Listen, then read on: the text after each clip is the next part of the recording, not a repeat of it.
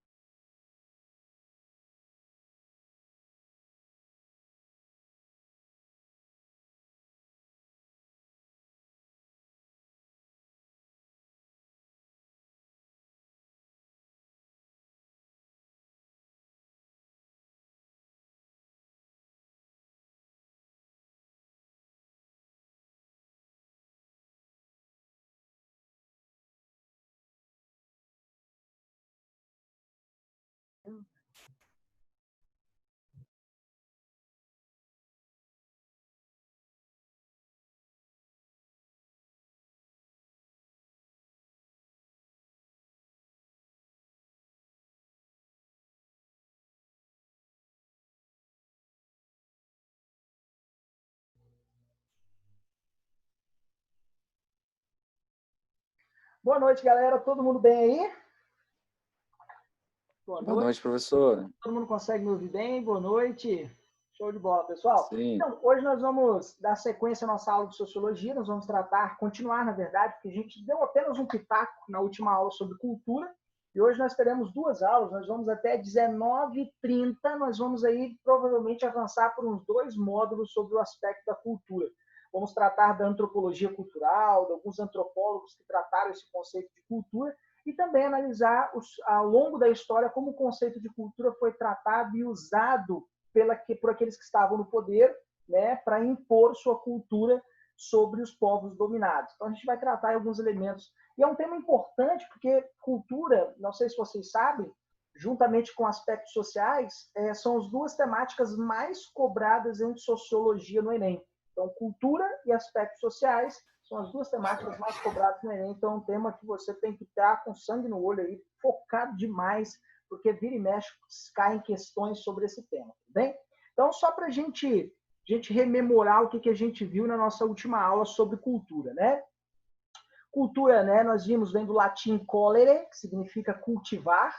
A cultura é uma atividade exclusivamente humana, nenhum outro animal desse planeta faz o que fazemos, pratica o que praticamos, que é cultura, né, em suas mais diversas práticas, quer seja hábitos, tradições, costumes, valores, crenças, que são transmitidos, acumulados, adaptados, passados de geração a geração ao longo da história. Então, só nós, seres humanos, produzimos essa coisa chamada de cultura. Isso a gente viu na nossa última aula, né? Aí eu cheguei a dar alguns exemplos, usei algumas referências para vocês, tentamos entender a partir do prisma de uma pintura em uma caverna, de uma pintura, né, de uma peça teatral, de música, né, como que a música, como elemento cultural, tem esse poder de nos tocar.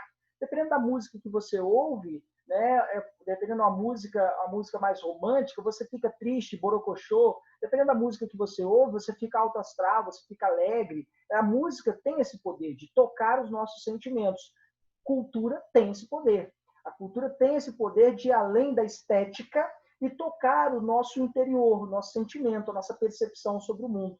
E toda produção cultural é, direta e indiretamente, uma releitura que o artista faz com o seu dom, com sua habilidade, com sua capacidade, sobre o mundo que está em sua volta. E aí, quando a gente pega, por exemplo, o tropicalismo, que foi um movimento cultural da década de 70, que expresso principalmente na música, é uma união entre o rock and roll norte-americano que acabara de chegar no Brasil, com a guitarra elétrica, mais a música brasileira, fazendo surgir um movimento especificamente brasileiro, musical brasileiro, chamado de Tropicália, né? Gilberto Gil, Caetano Veloso, entre outros, foram grandes nomes da Tropicália em um contexto histórico de perseguição, de censura, repressão, violência, que foi o regime militar brasileiro. Músicas como Cálice, Afasta de mim este cálice, Pai, Afasta de mim este cálice, né? A música como Cálice é uma expressão de um momento histórico, é uma leitura do artista sobre aquela conjuntura histórica. Então, a gente vai tentar analisar a cultura com esse prisma, relacionado diretamente com a história, tudo bem? Vou abrir aqui o nosso slide, para a gente continuar a nossa aula. Deixa eu abrir aqui.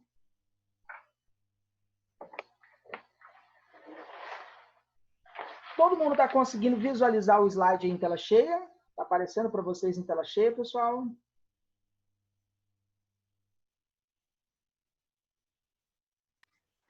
Sim, professor. Sim. Legal, show de bola.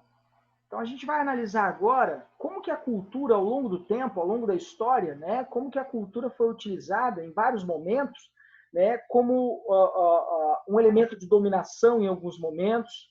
Ela foi distorcida, foi manipulada e foi usada para justificar a superioridade de uma cultura, de uma raça sobre outra. Só lembrando, esse termo raça não é correto de empregarmos, é porque todos nós pertencemos à mesma raça, a raça humana, mas, infelizmente, ao longo dos estudos sociológicos, filosóficos, etc., ainda perdura o termo raça, né? Então, ao longo da história, a cultura foi usada, foi distorcida, foi manipulada, geralmente para justificar a dominação, a superioridade de uma cultura sobre outra, né? Então, geralmente, ao longo da história, a cultura foi utilizada desta forma, né? E aí, ao longo os exemplos são vários, né? Os exemplos de como a cultura foi abordada. A cultura foi abordada, por exemplo, com um caráter hierarquizante. Né? Como assim, professor? Como se a cultura tivesse, como se existisse, por exemplo, houvesse uma cultura superior e uma inferior. Esse tipo de discurso esteve presente no evolucionismo social, que nós já estudamos, né? O evolucionismo social, de Lewis Morgan, Herbert Spencer, Edward Tyler. Esse caráter hierarquizante partia do princípio e ajudou a justificar a missão civilizadora lá do imperialismo do século XIX, o apartheid, né, aquele regime segregacionista na África do Sul, que vigorou de 1949 até 1994, o arianismo de Adolf Hitler, né? O arianismo de Adolf Hitler, aquela ideia maluca de que o povo alemão era uma raça superior. E é mesmo no Brasil a política de branqueamento da população brasileira do século XIX, daquela visão de que o negro era sinônimo de atraso e de que o europeu era sinônimo de progresso. E aí, naquele conjunto de momento, naquele momento histórico específico que estava ocorrendo o processo abolicionista, vamos atrair o italiano, o alemão, os brancos, europeus, porque eles sim são sinônimos de progresso, de desenvolvimento cultural, e o negro era sinônimo de atraso. O índio era indolente, o negro era sinônimo de atraso. Então, essa política do branqueamento foi justificada por esse caráter hierarquizante da cultura. Então, muita gente, durante muito tempo, usou esse argumento do caráter hierarquizante para justificar a dominação de uns para com os outros, de uma dita cultura superior para com a dita cultura inferior. Também destaque para a cultura como um instrumento civilizador. Esse tipo de discurso, esse tipo de fala de como a cultura como instrumento civilizador esteve presente no iluminismo, no colonialismo do século XVI e depois no neocolonialismo do século XIX. Partia-se do princípio de que todas as culturas eram inferiores a não ser a cultura europeia, dita civilizada, moderna, e o europeu civilizado, moderno, industrializado, tinha um dever moral, levar a civilização aos povos não civilizados. Ah, professor, mas se eles não quiserem a civilização, vamos impor a civilização por intermédio da guerra, né? Então, há também a cultura também pode ser abordada e foi amplamente difundida com esse caráter civilizador, como se fosse um instrumento de civilização. Partindo do pressuposto que a cultura europeia era superior. Aí nós caímos no que chamamos de etnocentrismo, que é aquela visão de que existe uma cultura superior e existem culturas periféricas. As culturas periféricas, ou seja, que não estão no centro, o etnocentrismo é aquela visão de mundo que a minha cultura é superior, está no centro de todas as atenções, sendo superior, ela está no centro do mundo. E todas as culturas que estão na periferia são culturas inferiores. A missão civilizadora tem essa ideia. A própria ideia de levar a civilização aos povos não civilizados parte desse princípio. É um etnocentrismo, né?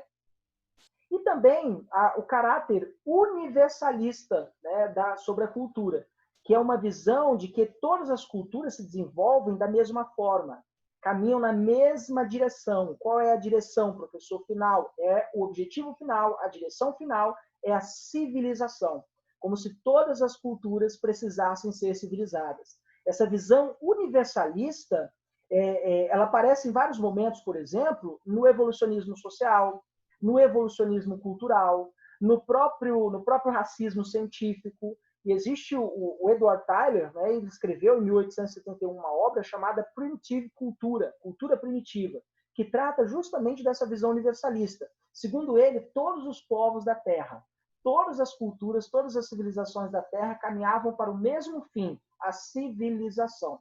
E nós sabemos que vivemos no século XXI.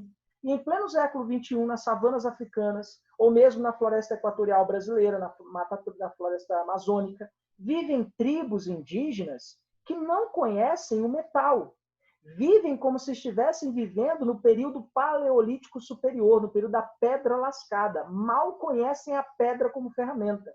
Isso significa que elas são inferiores do que nós, que vivemos na cidade grande, temos automóveis, computadores, celulares, temos internet Wi-Fi. Isso significa que elas são inferiores? Professor, não, claro que não. Significa apenas que aquelas culturas se desenvolveram ao seu modo, ao seu momento histórico, e são filhas daquele lugar em que vivem, savanas africanas e a floresta equatorial brasileira, né? E essa visão universalista, mais uma vez, ela busca o modelo europeu. Ela se fundamenta no modelo europeu como modelo de Europa civilizada, de uma cultura civilizada, de progresso, industrialização, modelo democrático, republicano, como sendo superior, né? E, finalmente, o que vamos chamar de etnocentrismo, que é um conceito, como conceito, é a visão de mundo de que eu considero a minha cultura superior e todas as demais culturas que estão no meu entorno são inferiores. E eu, como sou cultura superior, eu julgo as demais culturas como sendo bárbaras. E aí, por exemplo, quando a gente volta na Grécia Antiga, o conceito de bárbaros é um conceito grego, né? Bárbaros para os gregos eram todos aqueles povos que viviam além das cidades-estados e que não falavam grego, a língua oficial do mundo grego antigo, da Grécia Antiga, né? Então, todos os povos que não viviam na polis eram bárbaros para os gregos. Depois, os romanos vão pegar o mesmo conceito de bárbaros e vão dizer o seguinte, ó, bárbaros são todos aqueles povos que vivem além das fronteiras do Império Romano e não falam o latim, a língua oficial de Roma. E quem seriam esses bárbaros? Os visigodos, ostrogodos, alamanos, tátaros, mongóis. Aí nós temos um momento da história romana que é a invasão dos povos bárbaros, né? A invasão dos povos bárbaros. Aí nós caminhamos um pouquinho na história, chegamos no século XVI, XVII, bárbaros eram os povos indígenas da América que praticavam antropofagia. Bárbaros eram os orientais, asiáticos, eram os islâmicos, muçulmanos, seguidores de Alá. Ou seja, ao longo da história, o tempo todo, os seres humanos buscam justificar a sua cultura, olhando para o outro, inferiorizando a cultura do outro, chamando a cultura do outro de bárbara, a cultura dos bárbaros. O bárbaro sempre é o outro, eu sempre sou civilizado. Essa é a ideia dessa visão etnocêntrica, a qual eu coloco a minha cultura no centro, em uma espécie de um pedestal, e a minha cultura se torna superior a toda e qualquer cultura. A exemplo disso, o eurocentrismo é uma visão etnocêntrica, é um tipo de visão etnocêntrica, tá? E, finalmente, o caráter simbólico da cultura, né? Esse caráter simbólico da cultura, né? Ele vai tratar especificamente das características, a capacidade de simbolismo e abstração que nós temos do mundo que está em nossa volta. Bem, a gente vai entrar nesse aspecto já já. Mas nesse momento aqui, dessa questão de caráter hierarquizante, civilizador, visão universalista, alguém tem alguma dúvida? Gostaria de fazer alguma pergunta? Tudo bem até aí, galera? Todo mundo entendeu os 4 caráteres, as 4 maneiras ou formas que a cultura foi abordada, distorcida, na verdade, ao longo da história? Ô, professor, Sim, professor. Pode falar. mas você foi falando isso meio intercalado, né? Tipo, sem cronologia. Isso, eu falei sem cronologia, porque, na verdade, o que acontece? Até hoje em dia, tem gente que acredita nessa visão universalista. Até hoje em dia, tem gente que acredita no etnocentrismo. Não existe uma maneira de você colocar isso como se fosse ao longo do tempo, como se fosse, né, primeiro veio a visão universalista, o instrumento civilizador. Na verdade, constantemente, essas maneiras de ver, conceber e abordar a cultura, elas estiveram juntas ao longo da história. E foram maquiando a história, foram distorcendo culturas, dominando outras culturas. A maior parte do tempo, essas maneiras de abordar a cultura, de estudar a cultura, foram para um fim único: subjugar povos por um povo dito superior, né? Então, basicamente, não tem como eu criar uma linha cronológica, quem começou primeiro. Aí eu abordei todas elas e citei alguns exemplos. Os exemplos são vários, mas eu abordei algumas delas e citei alguns exemplos. Tudo bem? Entendi. Tudo bem. Professor? Pode falar, falar. Pode falar, pode falar. Você poderia voltar rapidinho no primeiro slide? No É primeiro porque eu slide. cheguei quando estava falando desse B. Isso. Ah, tá. Esse aqui a Entendi. gente já viu já, né? A gente viu na última aula, né? Aham. Então Então tá bom. agora praticamente, né? Pode falar, William. Professor, você poderia repetir o conceito do etnocentrismo? Claro. O etnocentrismo é a visão de mundo de que existe uma cultura superior no centro. Superior, quando eu digo superior, essa cultura se autodenomina civilizada, moderna, superior, industrializada, democrática. E essa cultura dita superior, civilizada, olha para as demais culturas como se elas fossem inferiores, como se elas vivessem na periferia. E aí o etnocentrismo é eu colocar a minha cultura no centro. Aí quando a gente fala assim, ó, o europocentrismo. O europocentrismo é um tipo de visão etnocêntrica. A visão que nós temos, nós, dito cristãos, temos em relação aos povos árabes muçulmanos. Nós nos dizemos civilizados e eles, por cultuarem Alá, por explodirem bombas no corpo, são não civilizados.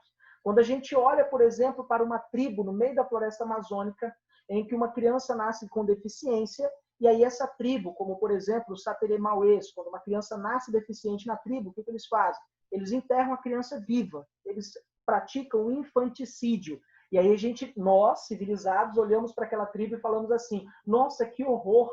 Como eles são bárbaros, como eles não são civilizados, e nós somos, né? E vira e mexe na nossa civilização, na nossa cidade, mães jogam bebês dentro de lata de lixo, dentro de saco, dentro de bueiro, né? Ou mesmo fazem aborto, ou seja, né? Será que pimenta nos olhos dos outros é refresco? Ou será que civilização é tão somente um conceito bonitinho, a qual eu julgo construir a minha cultura superior sobre as demais, né? Então, em menor ou maior grau, né, todos nós somos bárbaros, né? Em menor ou maior grau, né? Entende, William? Ô, Entendi, professor. professor, Obrigado. Pode falar. mas até no caso, uma visão europeia Hum? que julga a cultura do outro pode atribuir isso a ela mesma, porque no caso da Alemanha, ela também matou as crianças que nasciam com deficiência, mas Sim. o dela era, no caso, permitido e inteligente. Naquele momento específico, o arianismo, né, a justificativa da raça pura perfeita, no contexto do nazismo alemão, foram perseguidos negros, homossexuais, deficientes físicos, mentais, judeus principalmente, sobre uma justificativa de que a raça ariana era superior às demais. Uma visão etnocêntrica também, né? A visão de que a minha cultura ariana é superior às demais e eu tenho que subjugá-los e dominá-los. É também um exemplo de etnocentrismo, tá? Professor, Uhum.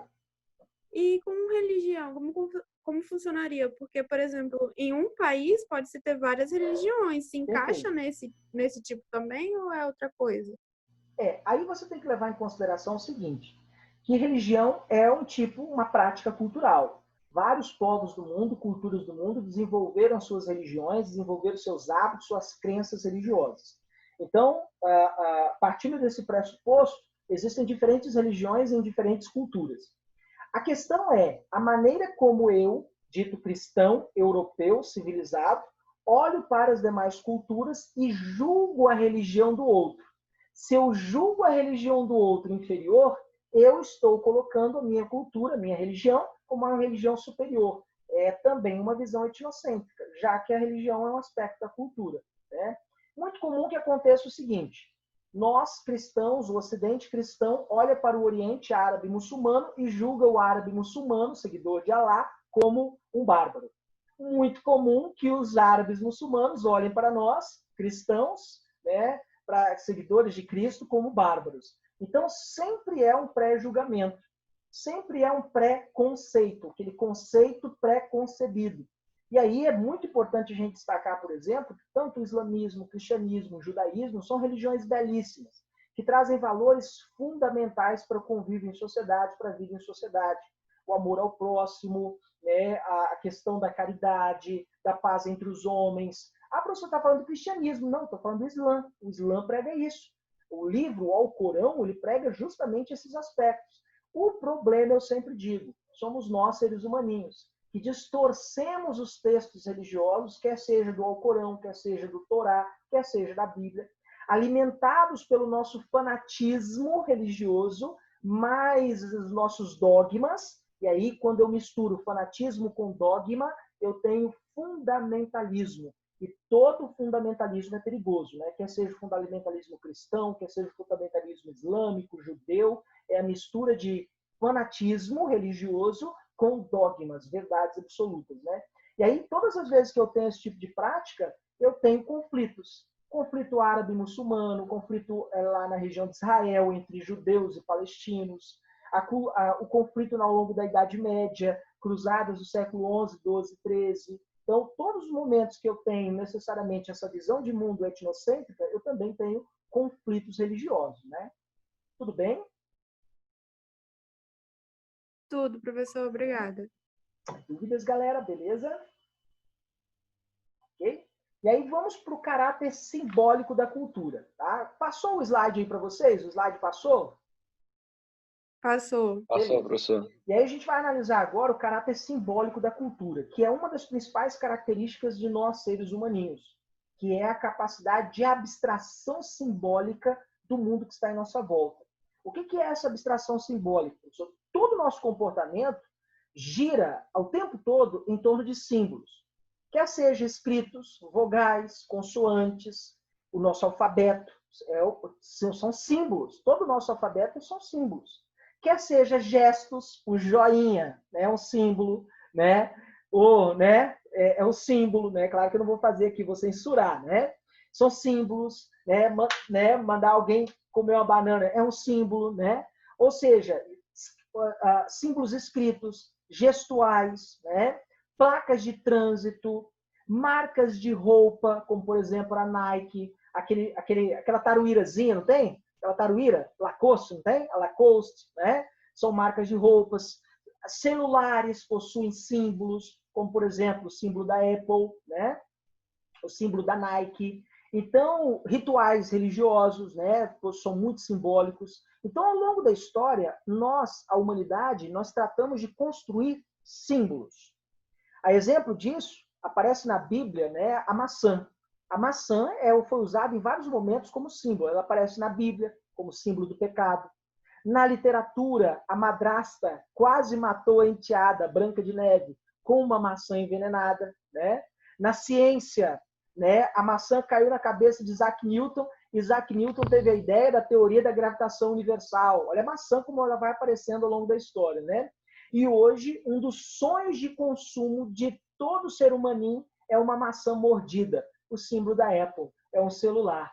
A maçã mordida, como símbolo da Apple, não sei se vocês sabem, dá a sensação do prazer, né? Traz a sensação de prazer de você ter um aparelho, um celular da Apple.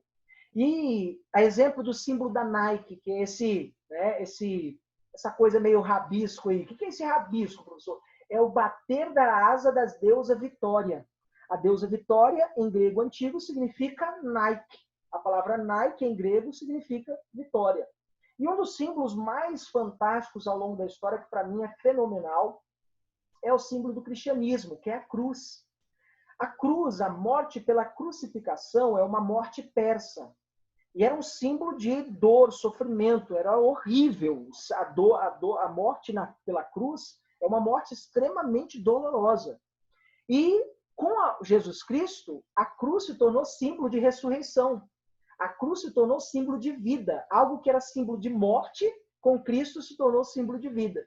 E aí nós viemos para o nazismo em 1900 na primeira metade do século XX, né? Adolf Hitler colocou como símbolo do Partido Nacional Socialista dos Trabalhadores Alemães a cruz suástica. E a cruz suástica se tornou símbolo do nazismo. E aí, todas as vezes que você olha essa cruz, você lembra imediatamente de quem? Do nazismo. Então, os símbolos nos remete ao imaginário, nos remete a uma identidade e, mais ainda, né?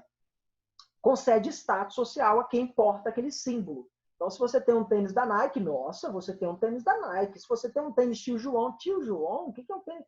Se você tem um celular da Apple, caramba, você tem um celular da Apple. Se você tem um celular Samsung, né? Samsung é um celular, né? Mas o da Apple é da Apple, né? A exemplo também disso, né? Quando a gente volta no tempo, um pouquinho no tempo, a própria cruz suástica, em várias culturas do mundo, ela simboliza bons ventos, fertilidade, sorte. Ela não tem nada a ver com o nazismo. Só que Adolf Hitler foi lá e colocou como símbolo do Partido Nacional Socialista dos Trabalhadores Alemães e fez dessa cruz suástica algo monstruoso ao longo da história. E o que são as nossas reações nas redes sociais? O tempo todo nas redes sociais nós usamos símbolos. Uma palminha batendo, né? Uma palminha fazendo oração, mandando um coraçãozinho. Esse é símbolo, gente. O tempo todo as nossas relações sociais elas são permeadas, são fundamentadas em torno de símbolo. Se você porta um crucifixo no pescoço, significa que você é cristão. Aquilo é uma identidade, é a sua identidade. Se você tem esse adesivo no seu carro, parabéns, é uma identidade você como cristão. Se você porta um tênis da Nike, uma camisa da Nike, você carrega e ostenta esse símbolo, significa que você tem um certo status social que outros não têm. Porque cá entre nós, um tênis da Nike, uma camisa da Nike oficial, original, é relativamente cara. Se você porta um celular da Apple, significa que você tem um certo status, um prestígio social que outras pessoas não têm. E cá entre nós, um celular da Apple não está nada fácil de comprar, tá? Não está nada fácil, principalmente nesse momento de dólar alto. Então, o que eu quero dizer para vocês? Ao longo da história, o tempo todo, símbolos nos orientam, dão sentido às nossas vidas. E a cultura, o que é a cultura? É a produção, é a reprodução, é a manutenção desses símbolos. Então, ao longo da história, o tempo todo, Vamos pegar como exemplo a própria cruz. A cruz foi símbolo de morte, se tornou símbolo de vida. A cruz suástica é símbolo de vida, se tornou símbolo de morte com o nazismo. A Nike é uma marca de uma roupa que vem de uma origem de uma deusa, o bater das asas da deusa Vitória lá da Grécia Antiga. A maçã aparece um monte de vezes ao longo da história, desde a Branca de Neve, na Bíblia, na cabeça de Isaac Newton, até no celular da Apple, ou seja, símbolos.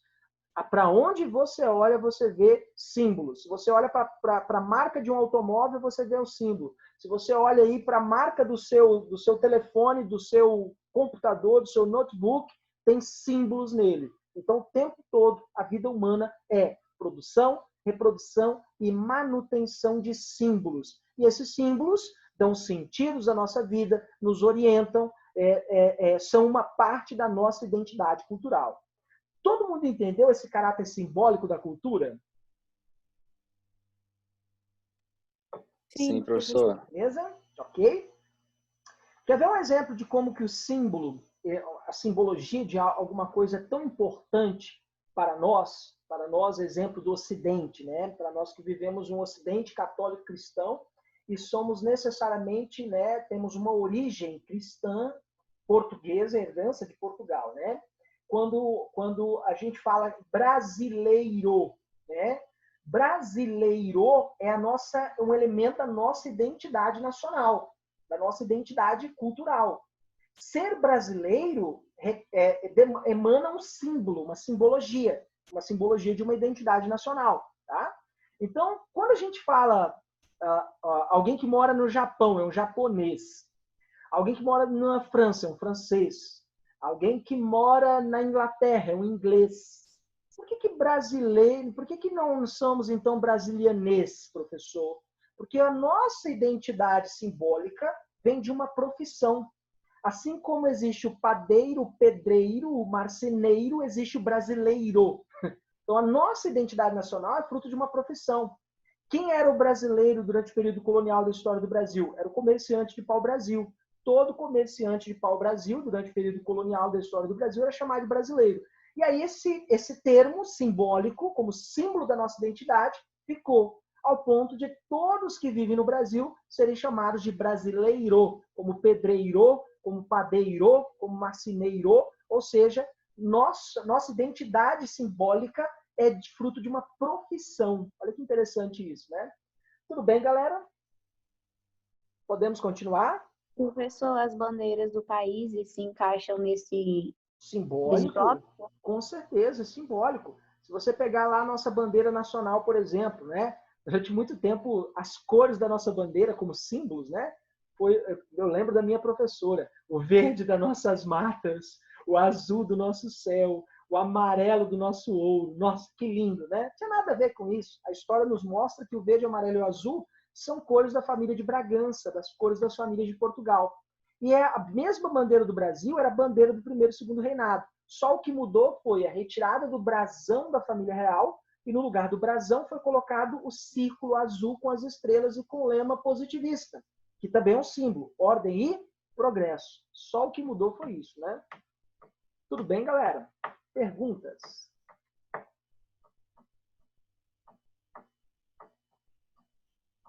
Tudo bem? Então, continuando. E aí a gente vai tratar dos tipos de cultura, que é um tema bastante cobrado em provas, que é você saber diferenciar a cultura erudita, tradicional e a cultura de massa. São a chamada tipologia de cultura. Eu, particularmente, eu não gosto dessa ideia de distinguir culturas. Porque todas as vezes que a gente faz distinção entre culturas, nos dá a impressão de que alguém vai julgar a cultura de alguém como superior ou como inferior. Mas a sociologia, a antropologia e a filosofia costumam usar esses conceitos como cultura tradicional, cultura erudita e cultura de massas. Então, o que é essa cultura tradicional, né? A cultura tradicional também pode ser chamada, ou pode aparecer na sua prova, como cultura pop, cultura popular, né? O que é a cultura popular? É aquela cultura produzida pela camada dominada da sociedade, pela camada que é a ralé da sociedade. exemplo disso, o Congo, a capoeira, o folclore, o carnaval, são elementos da nossa cultura tradicional, da nossa cultura pop, popular. Então, a cultura popular sempre foi muito rica, fruto de muito sincretismo cultural. Professor, o que é o sincretismo cultural? É a fusão de elementos de diversas culturas. Quando eu tenho um encontro de culturas e essas culturas se fundem, eu tenho o que podemos chamar de sincretismo cultural. Um exemplo, professor, o Congo. O Congo, enquanto manifestação cultural, enquanto festa, né, enquanto uma manifestação e uma festa cultural, o Congo é fruto do encontro de 3 grandes culturas e 3 grandes matrizes. O tambor é africano, o reco-reco é indígena, e geralmente uma festa de Congo é em homenagem a um santo europeu. Congo de São Benedito, Congo de São Pedro, Congo de Santo Antônio. Então, a congada geralmente é em homenagem a um santo europeu. Então, 3 elementos culturais que se encontram fundindo, formando o Congo. Isso é um exemplo de sincretismo. Outro exemplo de sincretismo, Iemanjá, que é a rainha do mar, a mãe de quase todos os orixás para a cultura e a religião afro. E que, ao longo da história, trazida para o Brasil pelos negros de origem africana, os negros africanos, né, passou por um processo de embranquecimento. E em vários lugares do Brasil, Iemanjá é festejada de uma maneira diferente. Por exemplo, lá em Porto Alegre, Iemanjá é Nossa Senhora dos Navegantes. Lá em Recife, Iemanjá é Nossa Senhora da Conceição. E tem um outro lugar no Brasil, que eu não me recordo o nome, mas é Nossa Senhora das Candeias. Se eu não me engano, é no norte também, mas é Nossa Senhora das Candeias. Ou seja, Iemanjá, ela embranqueceu, ela era uma deusa rainha africana, embranqueceu e se tornou uma santa no seio da Igreja Católica. O que é isso? Sincretismo. Religião afro com religião europeia, ao ponto da própria Iemanjá ficar branca europeia. O que é Cristo? O Cristo, como conhecemos, a fisionomia de Cristo, gente, Cristo não é branco, do olho azul, loiro, europeu. Essa visão é uma visão europeizada. Porque todos exemplo de onde Jesus nasceu, que é a região de Belém da Judéia, a província romana, a maior parte daqueles homens e mulheres que viviam ali eram pardos, né? Quase com a cor meio indígena, com cabelo um quanto crespo, barbas grandes, barbas longas, mas nada aquele padrão do Cristo europeu descrito lá pelo Leonardo da Vinci na Última Ceia, né? O Cristo de olho azul, cabelo loiro e branco. Né? Nem Cristo, portanto, se parece com Cristo. Né? O que é isso? É sincretismo. Né? E existe também, além da cultura tradicional, existe a cultura erudita. E essa cultura erudita, ela é uma cultura produzida pela camada dominante da sociedade. Ela é fundamentalmente focada na ciência, na racionalidade, bem ali aos moldes do iluminismo.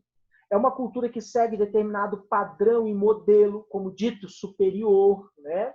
É uma cultura, por exemplo, que depende de um certo grau de aletramento, ou seja, de uma formação, e que se manifesta onde? Na música erudita ou música clássica, na pintura, na literatura, no teatro, no cinema. O tempo todo nós assimilamos, analisamos, somos bombardeados também por essa cultura com certo ar de erudição. Agora, qual é o grande destaque da cultura erudita? Né? Constantemente os ditos eruditos olham para a cultura tradicional e julgam a cultura tradicional como inferior. E aí é interessante notar, né? O carnaval é fruto da cultura tradicional, popular. E agora, quando tem festa de carnaval no Brasil, os camarotes lotam. De quem? A galera da cultura erudita. Vai desesperada assistir lá a apresentação, desfile de uma escola de samba. E aí o que era popular, tradicional, se torna algo assimilado, apreciado pelos ditos eruditas. Professor, mas como assim Se você não compra na Marquês do Sapucaí, você não compra um camarote daqueles lá por menos de 3, 4, 5 mil reais. Então, se você quer estar presente num camarote daquele, você tem que desembolsar dinheiro. Se você tem dinheiro para pagar um camarote daquele para assistir um desfile de uma escola de samba, você faz parte dessa classe dominante, consequentemente, você tem acesso mais à cultura erudita do que à cultura tradicional. Quer ver algo que... Ô, professor, Pode falar? Mas por que que, no caso, essa parcela dominante, Uhum. ela fica se fundindo numa cultura que, no caso, seria considerada inferior à dela? Isso. Por que que ela se mistura, né? Vou usar um Isso. outro exemplo, o funk carioca, que é um elemento da cultura tradicional. Surge na favela, tomou conta dos principais boates do Rio de Janeiro e nos boates bombando com funk carioca. E aquela galera ali da, né, Copacabana, Aterro do Flamengo, né, a galera vai lá em peso para assistir o funk carioca. De novo, né, o que é isso? Querendo ou não, a cultura tem um poder de atração. Querendo ou não, a cultura exerce sobre nós, seres humanos, um poder de cativar.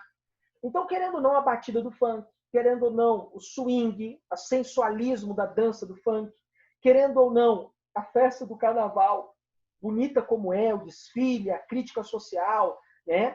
Ela acaba sendo apreciada por todos. Mesmo assim, o cara dito erudito fala, eu estava lá, mas né, eu assisti, mas ele mesmo assim ele vai assistir. Então, exerce uma atração. Assim como vira e mexe, né, o que a cultura tradicional ela faz? Ela pega aquilo que é dito erudito e faz ali uma readaptação para um breganejo, por exemplo. Não sei se vocês já ouviram mistura do sertanejo com brega. Pega música internacional, clássicos da música internacional, e transforma em um forró, em uma sofrência. É a cultura tradicional se apropriando da cultura erudita, a música erudita, e transformando ali em uma cultura popular, uma cultura tradicional. E o contrário também é verdadeiro. Então, constantemente ocorre essa troca. Não que isso seja negativo, muito pelo contrário. Essa troca cultural, ela ajuda a desmistificar o preconceito, ajuda a desmistificar a hierarquização. Ela tem que acontecer.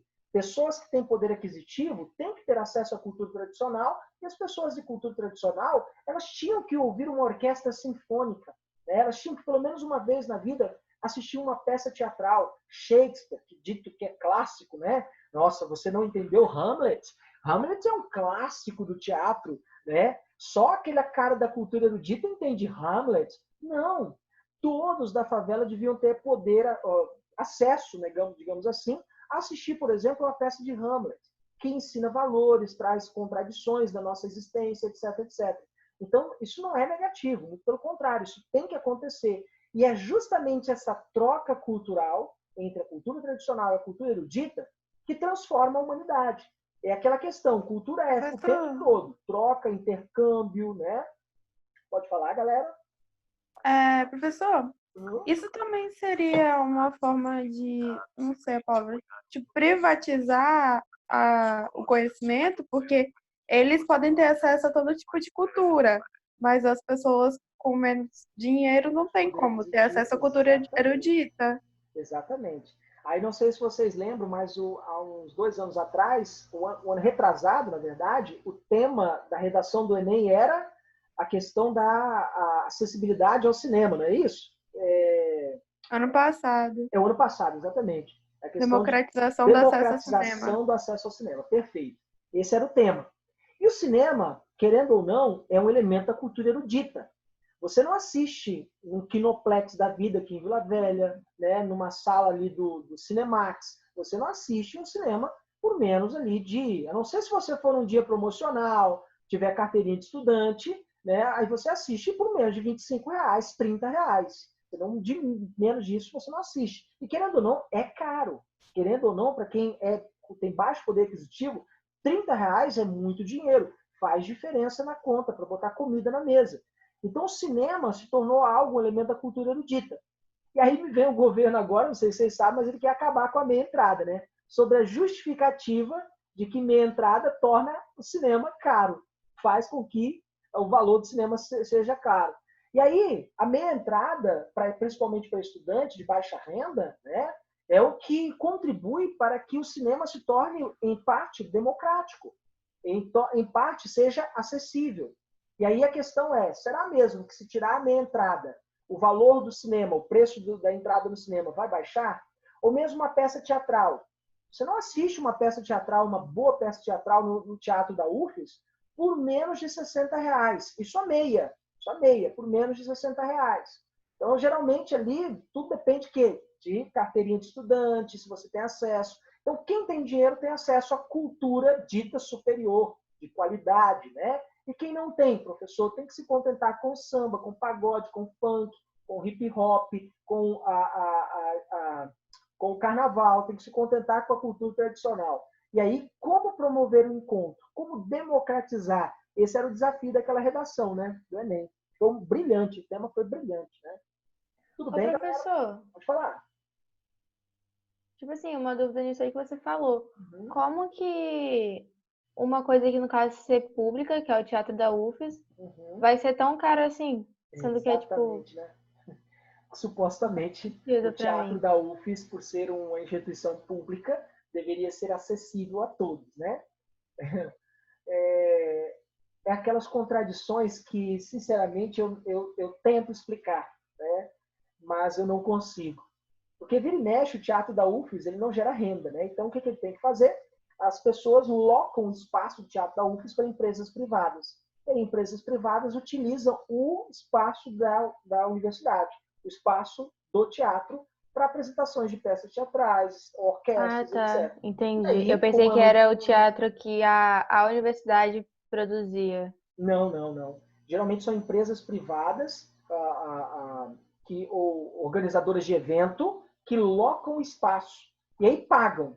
Supostamente, teoricamente, esse dinheiro vai para a benfeitoria da Universidade Federal, né? Mas eu nunca ouvi falar para onde ia o dinheiro. Não sei se vocês sabem, mas na UFES tem um cinema, né? O cinema universitário. E é muito interessante porque ele sempre trabalha com filmes clássicos, filmes eruditos, e a entrada é muito simbólica, é R$ 5. Eu lembro, na minha época de faculdade, né, quando eu estava de bobeiro lá, eu vira e mexe assistia, e era seguido de palestra. Depois que acabava o filme, um professor de qualquer campus da universidade falava um pouco sobre o filme. Era fantástico, né? Diferentemente do cinema, que não plex, acabou o filme, você vai comer uma pipoca para casa e acabou o filme, já era, né? Mas é interessante como a UFES deveria ser um espaço mais democratizado, né? Mas não é, infelizmente não é, né? Não é como esperávamos que fosse, né? Tudo bem, pessoal. Vocês vão estar lá. Se Deus quiser, ano que vem vocês vão estar lá na UFES, vocês vão presenciar isso, vocês vão ver isso aí, né? Dúvidas, galera? Professor, e o que seria mesmo as culturas de massa? Agora a gente vai chegar na cultura de massa, bem? Então a cultura tradicional é aquela produzida pela classe dominada. A cultura erudita pela classe dominante. E a cultura de massa é aquela absorvida por todos os indivíduos de uma sociedade, quer seja aqueles que estão no poder e aqueles que não estão no poder. E ela possui um fator mercadológico. O que é um fator mercadológico para a cultura, professor? Vender, lucrar e ser consumida. É aquela cultura produzida em larga escala, que é tão somente um objeto produzido para a lógica do mercado. Qual é a lógica do mercado? Consumir, é incentivar o consumismo. É produzir e reproduzir em todos os meios de comunicação com o objetivo básico de entretenimento. Então, o que é uma cultura de massa, professor de entretenimento? Big Brother Brasil. Pergunto a você, quem é que absorve Big Brother Brasil? Desde a cultura dominada a membros da cultura dominante, que não só assistem, como ligam para votar. Né? No último paredão aí do Big Brother Brasil, o último paredão, ele teve recorde de pessoas que ligaram para votar. Pessoas dos mais altos poderes aquisitivos e dos mais baixos também ligaram para votar. O Big Brother Brasil ele é um exemplo da cultura de massas e de como ele é absorvido com o único fim, entretenimento. O objetivo do Big Brother Brasil é esse. Ali não aparece nenhuma crítica social, ali não aparece nada que vai, digamos assim, né, pelo menos eu não consigo ver, eu não vi ainda, a não ser eu falar, professor, mas uma negra venceu. Nossa, será que quem votou não ficou com pena dela? Não votou para ela vencer por pena? Por ela ser uma negra médica que venceu pelo esforço? Será que não foi isso? Né? E aí, todas as vezes quando eu assisto algum episódio, eu acabo trocando ali, zapeando, eu acabo caindo ali, eu fico pensando no desserviço que é aquilo. Quanta palestra interessante não poderia estar dando no mesmo horário? Quanta, talvez uma apresentação de uma orquestra sinfônica, né? Não sei, um filme sabe? Um filme com um teor crítico, um show, uma apresentação de uma banda, de uma música com teor crítico, mas não aparece o Big Brother Brasil. Aí a gente se pergunta o seguinte, professor, mas se aparecesse ali um debate político, um debate cultural, um professor falando, ninguém ia assistir, e de fato ninguém ia assistir. Provavelmente, a emissora que estivesse transmitindo Big Brother, ele ia ganhar o maior número de audiência. Por quê, professor? Porque a cultura de massa é isso. Ela é produzida, reproduzida para vender, para ser de fácil digestão, para ser de fácil assimilação, sem nenhum teor crítico. Apenas para deixar você assim, ó, babando na frente da TV. E aí, o que programas como o Big Brother vendem? Vende erotismo, com corpos sarados, mulheres turbinadas, vende padrões de beleza, vende entretenimento. E as pessoas compram. Não só compram, como ligam, né? Ligam também. Então, a cultura de massa ela é aquela cultura produzida e absorvida tanto pelos eruditos como pela cultura tradicional, né? E muito comum, né, que essa cultura de massas ela seja qualificada pela cultura erudita como inferior, de baixa qualidade, baixo nível intelectual e técnico, supostamente inferior. Muito comum que isso aconteça, tá? E aí o que acontece com o sertanejo? O sertanejo, que não é mais o sertanejo raiz de Leandro Leonardo, Tunico Tinoco, Tião Carreiro e Pardinho, né? Não é mais a... Só quem está falando aí é porque vocês não lembram, não são dessa época. Talvez se vocês conheçam Chitãozinho Chororó. Mas o que é isso? Isso é o sertanejo raiz. E aí o que a gente tem hoje produzido pela cultura de massa? O sertanejo universitário, que é amplamente absorvido pelas massas, quer seja pela cultura tradicional, quer seja pela cultura erudita, e vende como água. Letra da música, né? A que me vem à cabeça, vai no banheiro para a gente se pegar, né? Algo desse gênero assim, incentivando a traição, incentivando, né, a violência em alguns diminuindo a mulher. Algumas letras de música do sertanejo universitário já estão lembrando o funk, a letra de música do funk, pejorativas, né? Algumas até diminuindo o papel da mulher. Só que as pessoas não sacam isso. Estão preocupadas em quê? Comprar, vender e curtir a música. E dança ali, tal, pegação, aquilo tudo, e se torna uma cultura de massa absorvida. E as pessoas ouvem, compram CD, vão aos shows, porque vende bem. Então o sertanejo é um exemplo disso. Existe um pintor brasileiro que... Pode falar. Você tinha citado o funk também como cultura tradicional. Ele seria de cultura tradicional e de massa? Perfeito, porque o que muito acontece? A cultura de massas, as empresas que vendem essa cultura de massa, absorvem elemento da cultura tradicional, absorvem elemento da cultura erudita, aquilo que mais vende, eles começam a produzir. Aquilo que mais gera lucro, eles começam a reproduzir, para que todos possam absorver.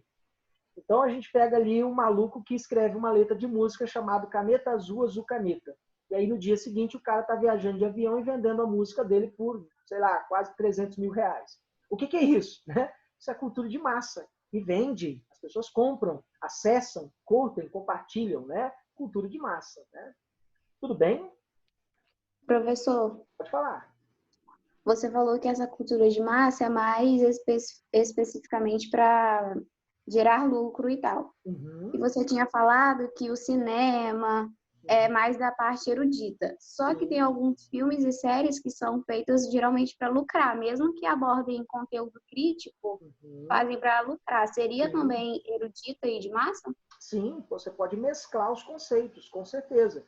Mesmo com elementos da erudição, ainda assim são produzidos para vender. Isso é uma cultura de massas, né? Vira e mexe tem escândalos envolvendo atores, envolvendo, por exemplo, né, diretores que não se sujeitam à indústria de massa. Não, eu não vou produzir um filme com esse interesse, porque não é meu foco. Agora, mais recentemente, o Tom Cruise, aquele homem maravilhoso de Top Gun, né? Tom Cruise, ele vai produzir um filme no espaço. Aproximadamente 200 milhões de dólares. Vai ser o valor do filme gravado no espaço. Ele vai ser gravado no espaço. Tom Cruise vai ser o protagonista, né? esse menino que é o milionário Elon Musk, eu acho que é o nome do cara, ele já falou que ele vai bancar o filme, ele vai injetar dinheiro no filme. E vai ser uma produção, uma mega produção hollywoodiana. E aí a questão é, vai ser produzida para vender? Vai ser produzida para fazer uma crítica construtiva ao nosso planeta Terra, a nossa existência nesse planeta, a existência do nosso planeta no longo do espaço, né? Nesse universo? Ou será tão somente algo produzido para vender? Né? A questão é essa, né? Claro que quando você pega filmes como Transformers, né? É explosão, é bomba pipocando, né? E aí é muito comum o seguinte, nós brasileiros temos preconceito contra filme nacional.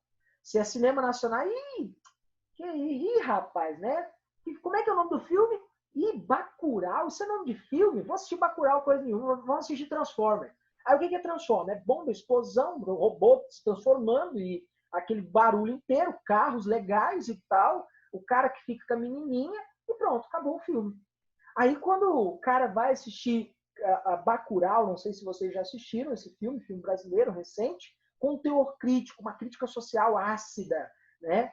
Mas a pessoa prefere, nós brasileiros preferimos assistir o filme internacional, como se aquilo que viesse de fora sempre fosse melhor. A gente tem essa ideia também. E o que vem de fora é produzido para quê, gente? Para vender. Em alguns aspectos, até que tem uma crítica, né? Até que tem uma crítica social, sutil, leve, mas nada que te leve a refletir sobre a sua existência, sobre o mundo, sobre a sociedade em qual você vive, né? Dificilmente você tem um filme que é feito para vender e, ao mesmo tempo, que traz uma crítica social bem construtiva. Não sei se vocês acompanham Netflix, mas tem uma série Netflix chamada Merlin, né? É uma série, se eu não me engano, francesa, se eu não me engano, ou espanhola, alguma coisa assim. Essa série é uma série de um professor de filosofia. E ela é fantástica, ela vende como água, na Europa principalmente, no Brasil nem tanto, mas na Europa ela vende como água, porque ela traz temas filosóficos da nossa existência.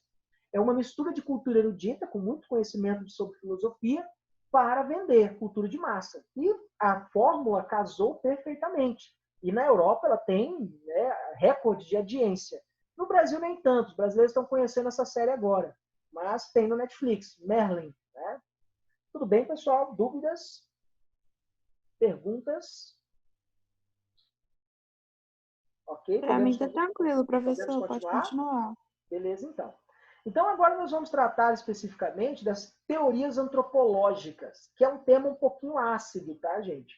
Aqui é um pouquinho pesado, vai precisar um pouquinho de concentração de vocês, porque a gente vai tratar de uma temática que vira e mexe é muito cobrada no Enem, que são as chamadas teorias antropológicas. Primeiro, o que é a antropologia? Antropo, homem, logia, logos, estudo do homem, estudo da humanidade, estudo das civilizações. A antropologia, os antropólogos estudam os povos, as civilizações, a civilização humana. E ao longo da história, vários antropólogos se debruçaram sobre as culturas. Propuseram-se estudar as culturas. E várias correntes de antropologia surgiram. As principais são o evolucionismo social, que nós vamos dar uma atenção especial agora, o estruturalismo, de Claude Lévi-Strauss, o difusionismo e o culturalismo de Franz Boas. Nós vamos dar atenção a essas 4 importantes teorias antropológicas que se propuseram a estudar seres humanos, estudar as civilizações, estudar as culturas. Então, nós vamos estudar uma por uma para tentar entender as suas diferenças e como que elas se propuseram a analisar, estudar, compreender e explicar a cultura. Tudo bem? Vamos começar por evolucionismo social. É uma teoria antropológica que foi muito inspirada na teoria do evolucionismo do Charles Darwin. Charles Darwin publicou em 1859 o livro A Origem das Espécies, né? Partindo do pressuposto que todo ser vivo no planeta Terra parte por um longo caminho evolutivo, onde somente os mais aptos, mais preparados sobrevivem. A isso Charles Darwin chamou de seleção natural. E aí, esse evolucionismo social, portanto, ele pegou essa ideia de Charles Darwin e tentou aplicar no estudo da sociedade, como se a sociedade fosse um organismo vivo, né, biologicamente falando. Portanto, o evolucionismo social ele traz uma visão organicista da sociedade, como se toda a sociedade fosse como um grande organismo vivo, e que existem sociedades civilizadas e não civilizadas, primitivas, né, e superiores. Então, partindo desse pressuposto, o que o evolucionismo social nos diz? Que as ditas sociedades civilizadas sobrevivem, se destacam, evoluem, e os atrasados, os primitivos, eles ou são extintos ou são deixados para trás durante a evolução. Então, o que é Edward Tyler, que foi um antropólogo britânico e é o principal nome do evolucionismo social, o que ele defendeu? Ele defendeu de que existe mesmo diferença entre sociedades. Existem diferentes sociedades evoluídas e atrasadas, primitivas e civilizadas, superiores e inferiores. E todas as sociedades podem ser compreendidas pelas leis naturais. Existem leis naturais que regem a sociedade. O professor me dá um exemplo de uma lei natural. Uma lei natural, que eu já disse para você, já expliquei, né? Todo ser vivo, ele nasce, ele cresce, ele envelhece, ele morre. A lei da natureza. É uma lei da natureza. A lei da gravitação universal, é uma lei natural. Todo ser vivo deste planeta está preso nesse planeta graças à lei da gravitação universal. E aí, o que o evolucionismo social propõe? Propõe estudar as leis que regem as sociedades, como se existissem normas comuns que funcionassem para todas as sociedades. Tudo bem, pessoal? Todo mundo entendeu o evolucionismo social? Ô, professor, Pode falar. esse é a mesma coisa que darwinismo social? É parecido com o darwinismo social, só que o darwinismo social ele mergulha diretamente na ideia de Darwin. Ele vai diretamente em Darwin. O evolucionismo social, ele sai um pouquinho de Darwin e bebe na fonte lá da ideia das leis da Ah, natureza. tá, entendi. Bem? Eu pensei que era um outro nome que estava dando, mas são coisas diferentes. São coisas diferentes, exatamente. Ah, tá bom. Vamos lá, pessoal, perguntas. Dúvidas? Professor, Pode falar. o criador do evolucionismo social, ele citou características que distinguissem sociedades atrasadas ou sociedades inteligentes, Perfeito. assim no caso? Não só distinguiu características, como usou a falsa ciência do racismo para tentar comprovar suas ideias. Não só o Edward Tyler, mas o Herbert Spencer, o Edward Tyler, né, entre outros, também pegaram ali, por exemplo, a craniometria. Pegavam um crânio de um europeu e um crânio de um pigmeu africano. Media tamanho e volume do crânio e chegava à falsa conclusão de que o crânio africano era menor, portanto o europeu era superior, justamente pelo tamanho do crânio. Eles propuseram, inclusive, estudar o porquê que um criminoso se torna criminoso, através do estudo da craniometria e também da frenologia. Freno-mente, logia, logos, estudo da mente. Eles se propuseram estudar a mente humana. E erraram em vários aspectos, né? Primeiro, porque não existem leis que regem a sociedade.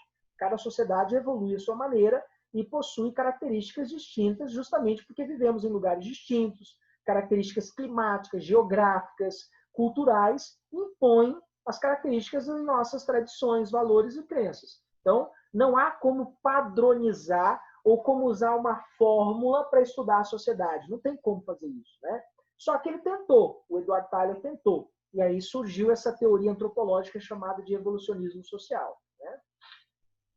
Tudo bem, pessoal? Dúvidas? E é claro, o Edward Tyler defendia que todas as sociedades caminhariam para o mesmo processo evolutivo.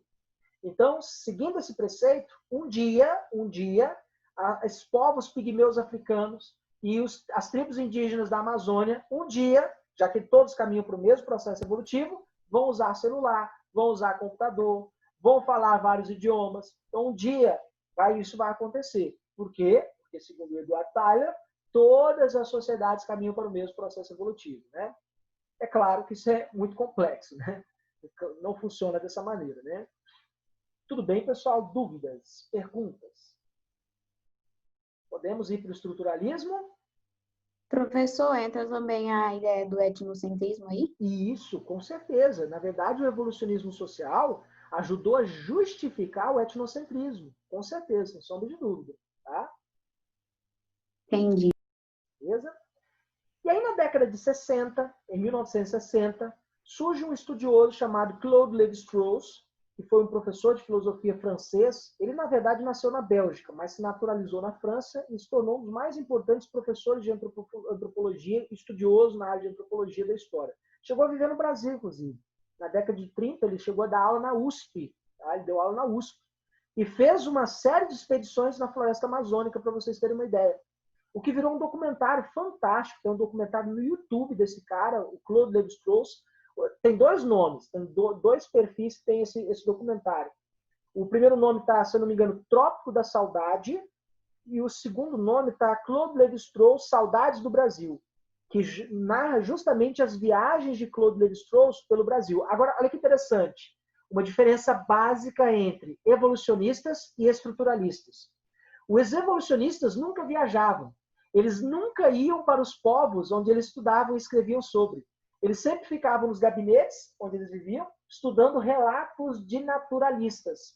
Por isso que esses caras do evolucionismo social também são chamados de antropólogos de gabinete, porque eles nunca saíam de suas salas, de seus gabinetes, para falar, escrever sobre os povos que estavam estudando. Claude Lévi-Strauss, não. Claude Lévi-Strauss viveu anos na floresta amazônica com tribos indígenas. O cara comeu com tribos indígenas, viveu com tribos. Viveu anos nas Polinésias, estudando os tribos indígenas. Ou seja, Claude Lévi-Strauss e os estruturalistas, eles vão até a tribo, ao povo, a cultura que eles vão estudar e vivem com aquele povo. Comem o que eles comem, praticam o que eles praticam, para ter experiência direta com o povo. Né? Isso é interessante. Né? Então, o que o estruturalismo de Claude Lévi-Strauss defende? Né? Ele argumenta que todas as culturas possuem estruturas mentais comuns, universais. Professor, me dá um exemplo dessa estrutura. Vamos falar sobre capitalismo. O capitalismo é uma estrutura mental comum. Todos nós que nascemos nessa sociedade, nessa cultura capitalista, exerce os mesmos valores, as mesmas práticas, ou seja, o capitalismo é uma estrutura mental, universal, comum. E praticamente em todo o planeta vivemos em um mundo capitalista. Feudalismo na Idade Média, escravismo na Antiguidade, são exemplos de estruturas. Tá? Então, o estruturalismo ele busca estudar, analisar, compreender e explicar justamente as estruturas que organizam e explicam as culturas e as sociedades. E essa corrente argumenta o seguinte, que o pensamento cultural humano ele se organiza em torno de oposições. Todas as culturas possuem essas mesmas oposições. Alto e baixo, fora e dentro, quente e frio, masculino e feminino, céu e inferno, morte e vida, né? Belo e feio. Todas as culturas possuem essas mesmas estruturas que ele chama de estruturas binárias. Então, muito além de culturas diferentes, existem alguns elementos que nos unem. Quer ver um elemento que nos une, que une todos nós, independente da sua religião, do seu credo, da sua cultura? Todos nós somos seres humanos. É o elemento único, singular, independente das nossas culturas, das nossas práticas religiosas, das nossas tradições, dos nossos valores, todos nós somos seres humanos. É um elemento que nos une. Então, embora temos culturas e tradições diferentes, somos, no final das contas, seres humaninhos, tá? Dúvidas no estruturalismo? Perguntas? Professor, Pode falar. nesse estruturalismo, tipo, ele tem alguma coisa a ver com aquelas escolas jônicas da filosofia? Não. Na verdade, Não, né? O estruturalismo surge em 1960, né? E embora trata da ideia, ele trata de uma ideia cosmopolita, que é uma herança. É porque ele tem céu e inferno, morte, vida e tal. Embora tenha esses conceitos, o que o Claude Lévi-Strauss ele faz? Ele apenas está dizendo que todas as culturas do mundo, todos os povos do mundo têm isso em comum. Então, tem estruturas binárias que são comuns a vários povos do mundo. Quer ver algo muito interessante? O tabu do incesto, a relação sexual entre membros da mesma família. Esse tabu do incesto existe em diversas culturas diferentes. Vou pegar uma construção arquitetônica, que é um elemento cultural, pirâmides, construções piramidais. Existem entre os incas, existem entre os maias, astecas, existem entre os egípcios, entre tribos, especificamente do Oriente, na China e na Índia existem pirâmides. E a construção piramidal se tornou comum em povos diferentes e em culturas diferentes. Então, existem alguns elementos que podem ser traduzidos como comuns, independente das culturas. A exemplo disso, a concepção de que é céu e inferno, morte e vida, frio e quente, belo e feio, são exemplos de estruturas binárias que são comuns em vários povos, várias culturas do mundo. Tudo bem? Dúvidas? Professor, uma dúvida. Aham. Então, no caso, o estruturalismo, ele buscou, tipo, estudar as sociedades como uma forma de convergir no que elas têm, tipo, de comum em cada uma e não ficar divergindo, comparando e hierarquizando. Mais ou menos. Na verdade, o que o estruturalismo propõe? Vamos estudar o povo egípcio, a cultura egípcia? Vamos. Então, vamos encaixar a cultura egípcia dentro de uma estrutura. Que estrutura é essa? Qual a concepção que eles têm de céu, inferno, morte, vida, frio e quente? Essa e essa. Vivem em que momentos da história? Nesse momento. Qual é o padrão, o comportamento? Esse. Então, ele tenta encaixar as culturas dentro de uma estrutura, dentro de um padrão. Esse talvez seja o pecado do estruturalismo. Tentar padronizar as culturas e estruturar as culturas dentro de um padrão. Que é complicado, porque as culturas, vocês sabem, elas mudam ao longo do tempo. Elas se transformam ao longo do tempo. Vamos pegar um exemplo do Brasil. O Brasil, até 2 séculos atrás, era uma sociedade escravista, em que a escravidão era algo perfeitamente normal e cultural no Brasil. Hoje, em pleno século XXI, nós condenamos veementemente a escravidão. Então, padronizar as culturas não é o correto a se fazer, pelo menos não hoje mais, né? Hoje a gente sabe que as culturas são dinâmicas, elas estão em constante transformação, mudança, por isso que é complicado estudar as culturas, né? E o professor, e até a cultura, no caso brasileira, tem muitas outras culturas dentro dela, né? Exato, perfeito. A cultura brasileira, ela é fruto do encontro de 3 importantes matrizes. A negra, de origem africana, a branca europeia e a nativa indígena. É só olhar para nós mesmos. Nós somos uma sociedade extremamente miscigenada. As nossas práticas culturais, e é interessante, é o que faz do Brasil um dos países mais ricos do mundo em práticas e manifestações, festas típicas e culturais. O Brasil é um dos países mais ricos do mundo, do frevo ao candomblé, né, do bumba meu boi, ao samba, ao pagode. Ou seja, o Brasil é uma miscelância cultural justamente pelo fato de que nós somos um encontro de 3 importantes matrizes. Bem? E até a gente, né, daqui fica unificando também a cultura europeia, porque são vários países, cada um tem a sua cultura diferente. Exatamente, perfeito. Exatamente, com certeza. Tudo bem? Tudo bem, pessoal? Estruturalismo, tudo ok? Ok, perguntas? Não? E aí a gente vai trabalhar o difusionismo. O que é o difusionismo, né? O difusionismo, ele buscou explicar as diferenças entre as culturas humanas a partir do chamado paradigma da difusão. Ao longo da história, as culturas possuem uma espécie de um caráter acumulativo e transmissivo. Isso é fato. Todas as vezes que nós encontramos uma outra cultura, o que acontece? Ocorre comércio entre as culturas, ou guerras, ou a imitação. Então, o que é o difusionismo? Quando culturas se encontram, ocorre difusão entre as culturas, transmissão e acumulação de práticas, valores, crenças, etc. Vamos pegar um exemplo, né, de quando quando a corte portuguesa foi transferida para o Brasil em 1808, e aí, na Bahia, quando o navio chegou na Bahia, deu infestação de piolhos nos navios, né? Então, o que as mulheres faziam? Né? Elas raspavam a cabeça e enrolavam uma espécie de um pano na cabeça com vinagre, óleo, azeite, para matar os piolhos. Né? Então, elas enrolavam um pano na cabeça. E aí, quando as mulheres da Bahia viram as mulheres de Portugal com aquele pano enrolado na cabeça, começaram a copiar. E é daí que surgiu o turbante da baiana. Né? O turbante da baiana surge a partir de quê? De uma imitação. Olha que interessante isso. Aí, outro exemplo, professor. Os Hicsos, quando invadiram o Egito por volta de 1991 a.C., eles levaram o cavalo de guerra, coisa que os egípcios não conheciam. O que é o cavalo de guerra? O cavalo mesmo tracionando um carro de guerra. Né? E os egípcios não conheciam, os egípcios não sabiam equitar o cavalo. Os egípcios andavam de camelo, mas de cavalo eles não sabiam. E o cavalo é um animal interessantíssimo para a guerra, foi usado em vários momentos, até a Primeira Guerra Mundial, cavalos foram amplamente utilizados em guerras. E aí, quando a gente vê a história dos egípcios, depois os icsos serão expulsos. E o que os egípcios vão fazer? Vão aprender a equitar, dominar e usar o cavalo para a guerra. Os romanos, quando invadiram a ilha da Sicília e aprenderam a navegar e confeccionar os navios dos cartagineses. Outro exemplo muito famoso é quando o europeu entrou em contato com o Oriente.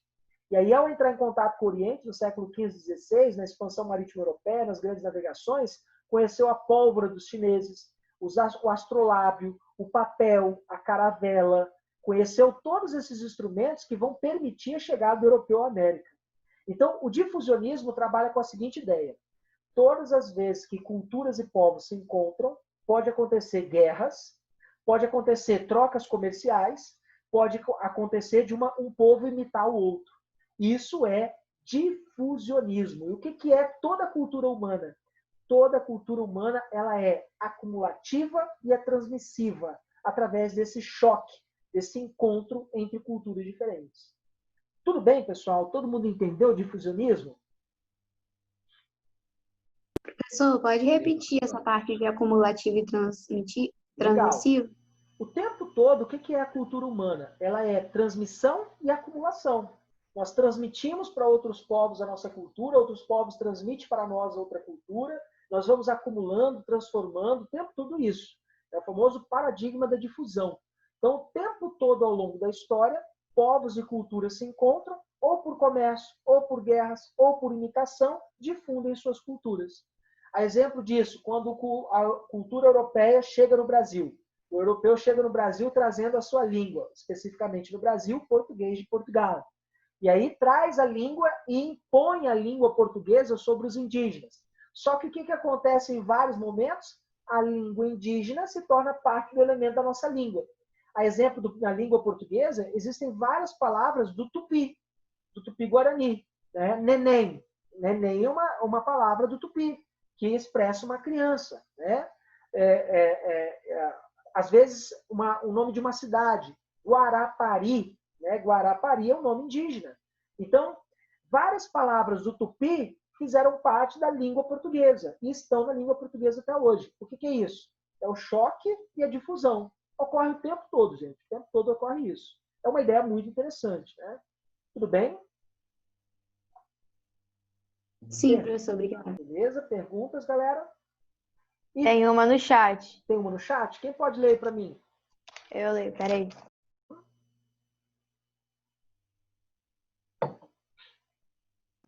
O Douglas perguntou se uma pandemia pode mudar uma cultura de uma sociedade. Pode, com certeza. Douglas meu xará, né? Se a gente volta ao longo da história humana, né? A gente pega aí a peste negra na Idade Média, né? Após a peste negra na Idade Média, o que eu tenho? Eu tenho o fim do feudalismo, instituição do capitalismo, ou seja, muda a estrutura, numa visão estruturalista. E após a peste negra, que surgiu na Itália, século XIV, XV e XVI, a Itália viveu o renascimento cultural. Então, uma doença terrível que matou aproximadamente 25 milhões de pessoas na Europa, que surgiu nas regiões das cidades italianas, fruto daquele comércio de especiarias do Oriente, a Rota da Seda, matou milhões de pessoas e logo depois da peste veio a cultura, o renascimento. O homem ficou tão impressionado com a morte que passou a se colocar no centro do universo, antropocentrismo, individualismo, racionalismo. Então, sim, com certeza, uma pandemia, excelente pergunta, Douglas, meu xará, pergunta inteligentíssima. Uma pandemia tem o poder de mudar nossas práticas culturais. Vou dar um outro exemplo para vocês do que estamos vivendo hoje. A nossa sociedade é uma sociedade extremamente consumista. Então, em tempos de isolamento social, o que a gente tem que fazer? Ficar dentro de casa. E você está gastando menos. Ficando dentro de casa, você gasta menos, você consome menos. Consequentemente, isso é bom para quê, professor? Bom para o planeta, diminuição de emissão de gases na atmosfera, diminuição do consumismo, descarte de material, né, na natureza, etc, etc. Ou seja, estamos mudando mesmo nossos hábitos. Durante o isolamento social, o que está acontecendo? Você está convivendo mais com as pessoas da sua família, seus irmãos, sua esposa, seu pai, sua mãe. E aí pode acontecer duas coisas. Ou briga, tiro, porrada e bomba, ou, né, vocês, como nunca, vão conversar, vão dialogar, vão passar a dar valor um valor maior e superior à família. Eu ouço muito isso como professor, né? Às vezes as mães que têm acesso ao meu WhatsApp, que eu acabo disponibilizando para as turmas, principalmente os meninos mais novinhos, né?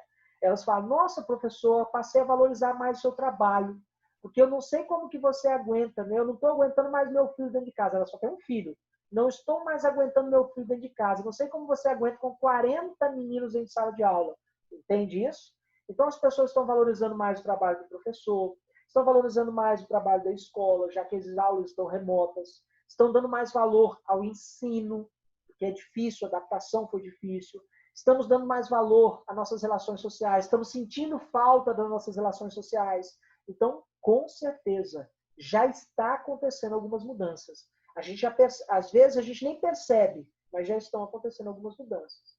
Tudo bem, pessoal? Dúvidas? Perguntas? Ok? Boa pergunta, Douglas. Professor, Pode falar. A ação do homem, ela pode acabar intervindo negativamente, no caso, na acumulação e transmissão de culturas?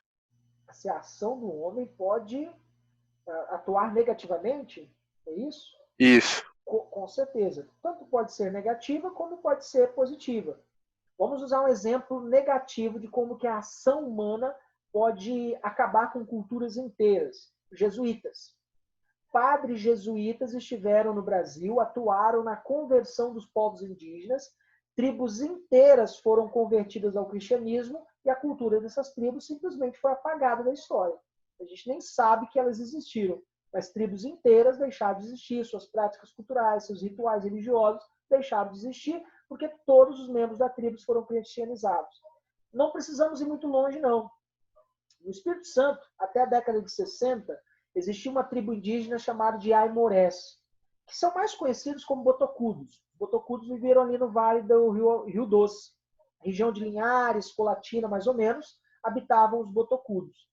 Padres dominicanos, quando se apossaram daquela região, impuseram o cristianismo aos botocudos, não só impuseram o cristianismo, como forçou os últimos remanescentes a se casarem com mulheres cristãs brancas. E aí acabou. Hoje a gente não tem mais os botocudos. Não existe mais essa tribo. Por que a gente sabe que ela existiu? Porque existem relatos de viajantes que tratam dos botocudos, os temidos botocudos do Vale do Rio Doce e do Vale do Rio Cricaré. Mas eles não existem mais. A tribo botocuda, graças à interferência dos padres jesuítas e dominicanos, acabou sendo dominada, aculturada. É um processo de aculturação. O que é um processo de aculturação? É a substituição de uma cultura por outra. Né? Tudo bem, Lucas? Beleza, professor. Obrigado. Assim como pode ser positivo também, tá? Assim como você pode ter, por exemplo, hoje nas redes sociais, existem muitas páginas de tribos indígenas. Tribos indígenas que difundem sua cultura, suas tradições, seus valores. E você no WhatsApp, no Instagram, no Facebook, você pode ter acesso àquele perfil, aquela página, aquele grupo da tribo dos Sateré-Mauês, lá no meio da floresta amazônica, do Vale do Xingu. Você pode ter acesso e ver fotos das práticas culturais e você aprender com aquela tribo, aprender a respeitar aquela cultura, aprender um pouco mais sobre a cultura de outros povos. Isso é possível, né? É isso que propõe o culturalismo de Franz Boas, que a gente vai estudar agora. Tudo bem? Podemos continuar, pessoal? Beleza? Dúvidas?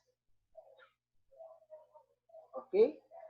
E aí a última corrente antropológica, termina que hora a nossa aula? 19h30, né? Dá tempo. Vamos lá.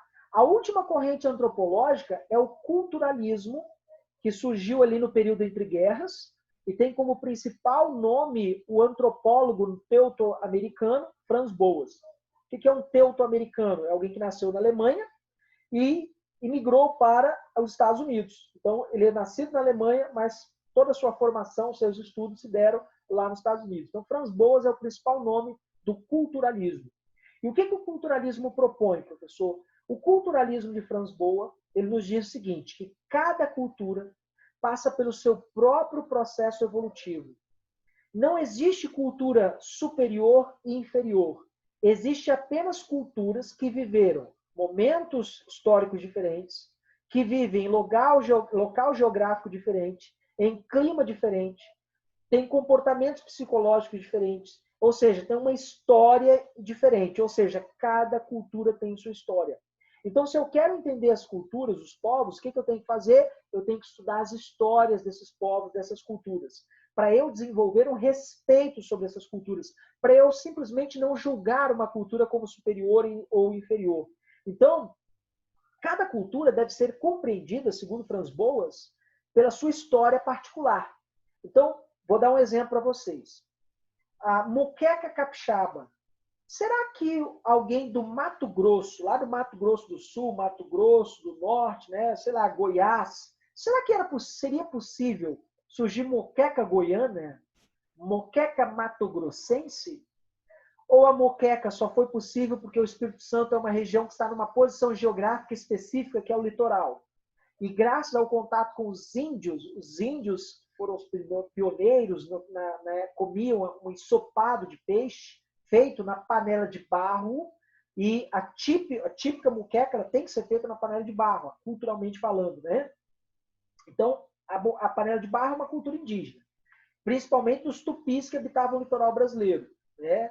E quando chega o europeu, com os temperos da Europa, misturam esse peixe ensopado e surge a moqueca capixaba, que é tombada pelo IPHAN, Instituto do Patrimônio Histórico Artístico Nacional, como patrimônio da cultura imaterial do povo capixaba. Só no Espírito Santo é a moqueca, verdadeira moqueca, apreciada em todo mundo, elogiada na culinária mundial.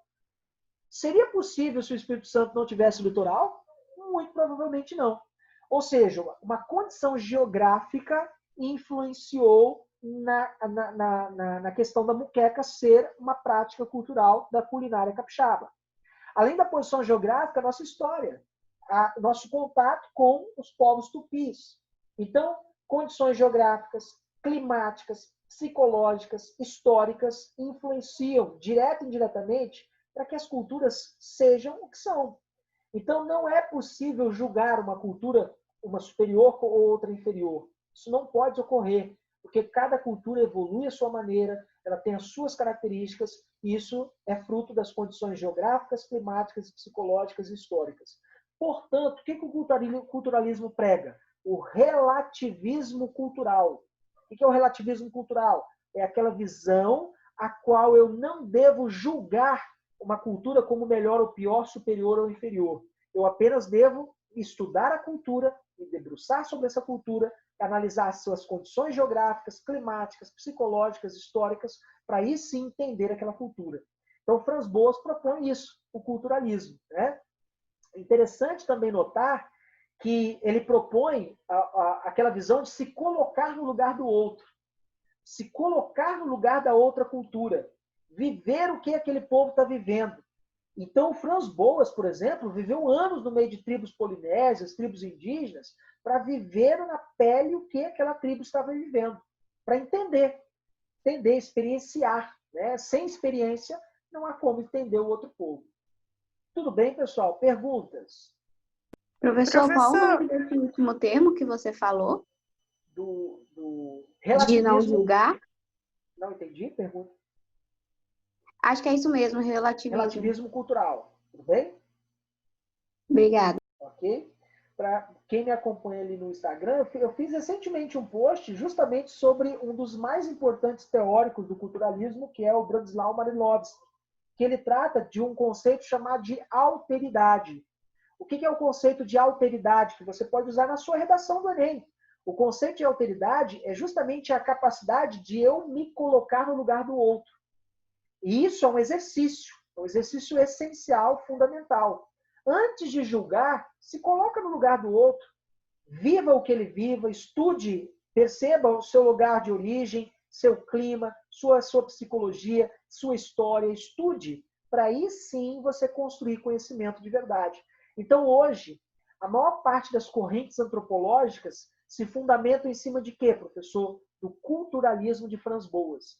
A maior parte das correntes antropológicas hoje se fundamentam no culturalismo e no relativismo cultural. Tudo bem?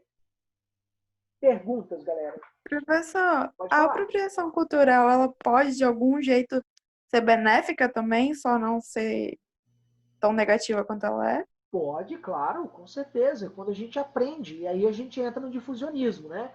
Quando a gente aprende com a cultura do outro, se apropriando de elementos da cultura do outro, trazendo para a nossa cultura, entramos no difusionismo, que é acumulativo, transmissivo, e então não é uma questão só negativa, né? Pode ser positiva também, né? Quando a gente aprende, por exemplo, né, com tribos indígenas, sobre plantas medicinais, a tradição de curar por intermédio das plantas.